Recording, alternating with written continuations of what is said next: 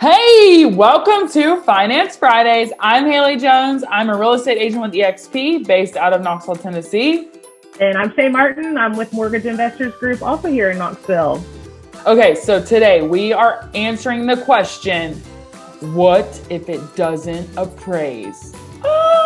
Okay, so this is a huge concern of both sellers and buyers right now because, at the end of the day, it's about that bottom dollar. It's about that cash money, right? So last week we talked about what an appraisal is. Shay, give us like a 10-second what an appraisal is.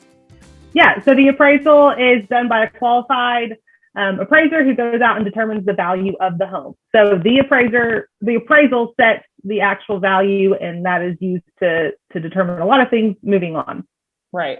So appraisal matters, obviously, because if it appraises too high, then you can't get it or whatever. So anyways, what we want to mention is like, we get this question a lot. What if it doesn't appraise, both on the sell side and on the buy side? So on the sell side, it's always been an important question, right. But now we're definitely seeing it. It's more probably of a daily concern than it used to just pop up sometimes. Right. But yes, it's always been important, but now more so than ever, probably. Right.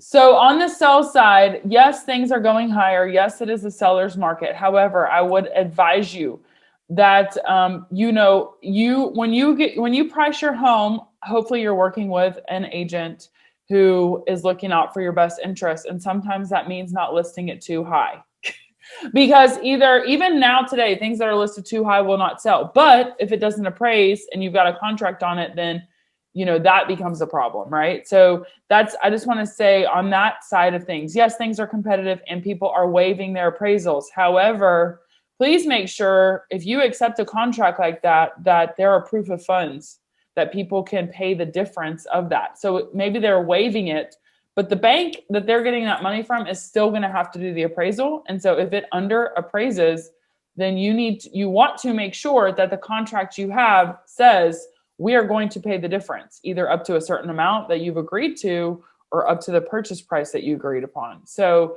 no, not all offers are created equal. And the highest one is not always the best one, especially if it's insane and they don't have the ability to back it up. Like, that's great, but it's not going to work. So that's on the sell side, just a quick note there.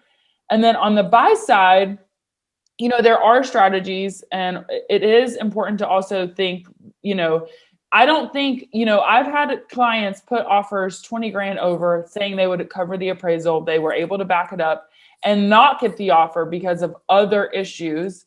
For example, closing date. The person wanted a super short closing date and my buyers just couldn't do that, regardless of how much money was being offered. In that case, for the seller, it was more important. So I just want to point that out, that it is not all about the bottom dollar. And right now, we have strategies for you if it doesn't appraise. But the bigger issue is, what are the strategies on the front end to get under contract in general? So Shay, how often, or like, what would your advice be if someone's asking like, well, what if it doesn't appraise? Kind of what you're thinking there. Yeah.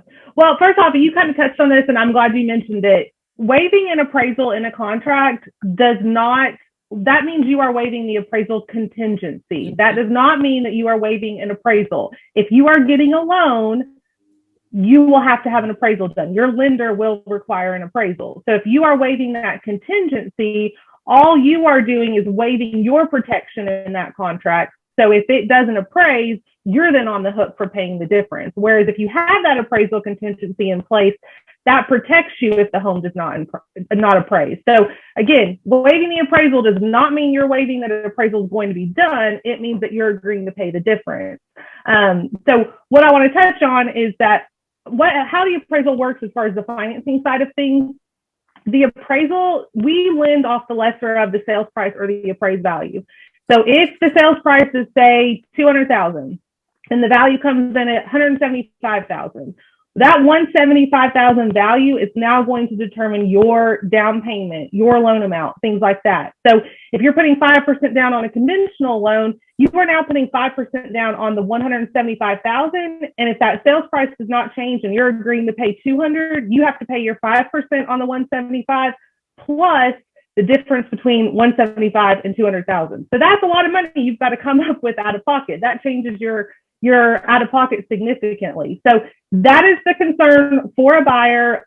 When you are waiving that appraisal contingency, that's what you're agreeing to, is that you're agreeing to pay that difference. So again, like Haley touched on, there's a lot of strategies. Talk through it with us, with your agent, with your lender, so that you're not getting into something and you're committing to pay $20,000 that you don't have. So you definitely have to have that conversation on the front end when you're agreeing to make that offer, to know, what does this mean for me if it doesn't appraise? Right. And I think too, the bigger issue is, if you get to the point where it doesn't appraise, that's a good position to be in, because that means you're under contract on something and there is room to negotiate. So if you are approved, for example, 370,000, I would not advise you to be looking at homes that are asking 370, because first of all, it's not going to happen. Forget about it. Unless it's been on the market 10 days, which is no time, but it is a lot of time in this market. So you want to be looking under maybe 340. And then that way, if you do have cash, extra, you can say, I'll pay over the appraised value up to a certain amount or whatever. So you have room. I just wouldn't currently, yes, you can be successful, but if you're approved at 369 and you're looking at 370 homes, it's not going to happen. I mean, that's it gives you less wiggle room and less negotiating power. Right. Well, yeah, because if there's 20 offers, one of those 20 at least is going to be higher than that, or have better terms, or have more negotiability. But if you're pre-approved for 370 and you're looking at 300s, I have a client right now doing that. It's super smart, because we have a lot more buying power and we have a lot more negotiation power. So, and I've got lots of strategies. Like you mentioned, we've got strategies if your home does not appraise. So if you've got some money to work with, we can divvy up your money to help cover that difference, and do some different, really cool things with how we structure your loan to really not make you have to pay $20,000 extra over pocket. So there are some things, and obviously that gets into very nitty gritty specific stuff. So call me if you have questions on that. I'd love to talk through some of the strategies and things that we can do if we call it the appraisal gap. So if it under appraises and you've got this gap of what am I supposed to do with these funds. So let's have that conversation on the front end, so that if and when that does happen, you're not, then scrambling to try to come up with that cash.